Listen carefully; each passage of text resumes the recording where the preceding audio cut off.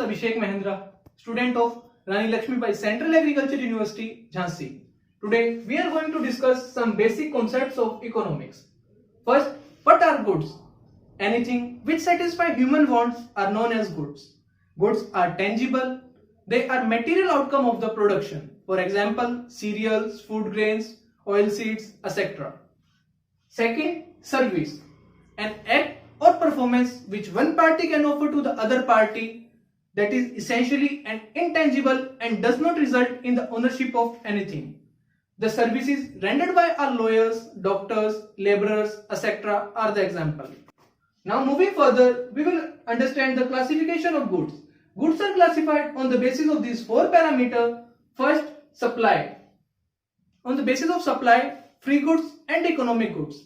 Free goods are the free gifts of nature, whereas the economic goods are those which are made through human efforts. Free goods have value in use but not in exchange, whereas the economic goods are those which are having value in use as well as in exchange. The example of free goods are rainfall, sunshine, air, etc. Whereas the examples of economic goods are buildings, machines, etc. On the basis of consumption, consumer goods and producer goods. Consumer goods are those by which consumer gets direct satisfaction by the goods. For example, food items, cosmetics, books, clothes, etc. Whereas on the other hand, producer goods are those that help to produce the other goods. For example, raw material, factories, machineries, etc. Third, on the basis of durability. Durability, monoperiod goods and polyperiod goods. Monoperiod goods are those which can be used only once in their lifetime. They cease to exist after their use. For example, fertilizer, seeds, etc. Whereas the polyperiod goods are those goods which we can use again and again. For example, the furniture of a building, the machineries, etc.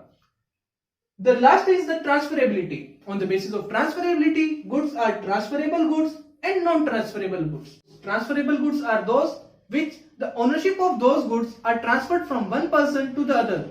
For example, land, the goodwill of business.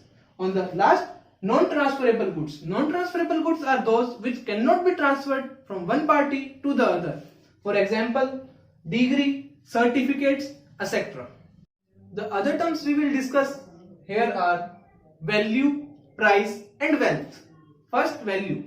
Value in economics always means value in exchange. In other words, it can also be defined as a capacity of a good that can command over other things in exchange.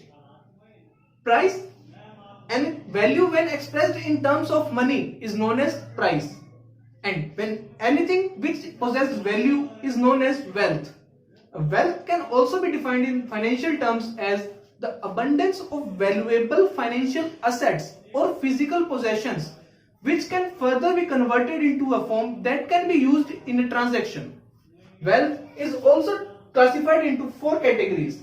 Individual wealth, that is a wealth of an individual which possesses both tangible and intangible possessions.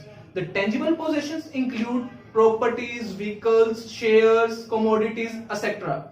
Whereas the intangible possession includes the copyrights, the patents, the goodwill of a business. The next is social wealth. Social wealth is also known as communal wealth or collective wealth. It is the wealth which is used by all the people in the nation. For example, roads, railways, hospitals, libraries, etc. The next is national wealth. National wealth is defined as the aggregate of all the individual wealth and the collective wealth of the country.